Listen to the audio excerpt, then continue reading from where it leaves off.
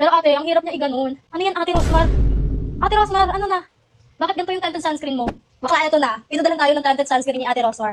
Alam niyo bakla, sobrang tagal kong hinintay. Nag-message si ate sa akin, napadala niya ako. Kasi gustong-gusto ko talaga i-try yung tinted sunscreen niya. As in bakla, buti na lang talaga nag-message sa akin si Ate Rosmar. Napadala niya ako nito. Gagawa natin to na honest review. Walang bias-bias to. Kasi ang dami ko nung na-review ng mga sunscreen. Buti na lang hindi talaga ako nag-breakout. Kasi ibig sabihin nun, maganda yung mga sunscreen na na-review ko. And ngayon, eto i-review na natin to. Ayan, premium tinted sunscreen with SPF 70. Grabe. Ngayon ako nakita ng tinted sunscreen na SPF 70. Oh. So ito yung itsura niya bakla. 50 ml na siya. Sobrang dami na nito. Sobrang tipid gamitin. And ngayon, eto na talaga. So gagamit tayo ng two-finger method. So ayan siya. Shake muna natin. Ayaw lumabas. Kailangan pa siya i-ganon. Oh. Ayaw na talaga lumabas. Hala. Bakit sobrang dark ng kulay? Ngayon ako nakakita ng gantong tinted sunscreen na sobrang dark. Kasi mahilig talaga ako gumamit ng tinted sunscreen. Kasi ayaw ko na mag-foundation. Parang ginagawa ko na siyang substitute for foundation. Watery yung consistency niya.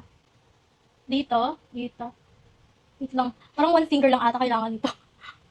Parang nakadami ko. Dito. Kailangan kong ubusin to. Two finger yung ginamit ko. Hindi ko alam if two finger or one finger. Dito sa leeg. Kailangan maubos natin yung nasa kamay. Ayan. Andito natin malalaman kung mabilis lang ba siya i-blend. So, ito na Ay! No! Nasaan na? May kakaganon ko lang. Wala na. Tignan nyo. Sige, blend pa natin. Ay, bakla. Ate, pinabilib mo ako ng sobra.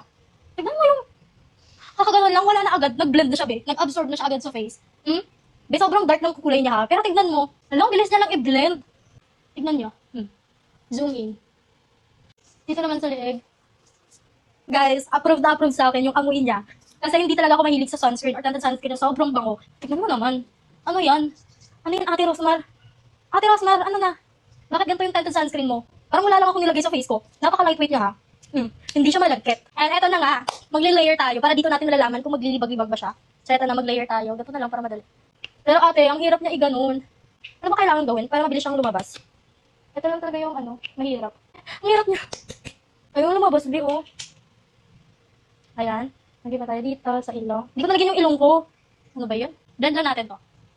Ay, pak. Nag-layer na ako.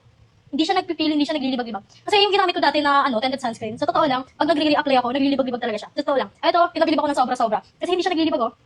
Tapos hindi siya parang, meron talaga siyang tone adapt. Wala ko masabi, ang ganda. For all skin type siya, naka-oily man or drying skin mo, pwede sa'yo to. Tapos SPF 70 PA++++, and meron siyang UVA and UVB protection. Grabe ang sunscreen na to. Blend ko na lahat. Ang galing. Parang may bago na akong favorite na tinted sunscreen, ha. Ate ko, padalan mo na ako ng madami. Ala, ang ganda niya. As in, walang eme-eme, ha. Maglalagay ba ako ng yellow basket or hindi? Kasi hindi ko alam kung saan yung yellow basket nito.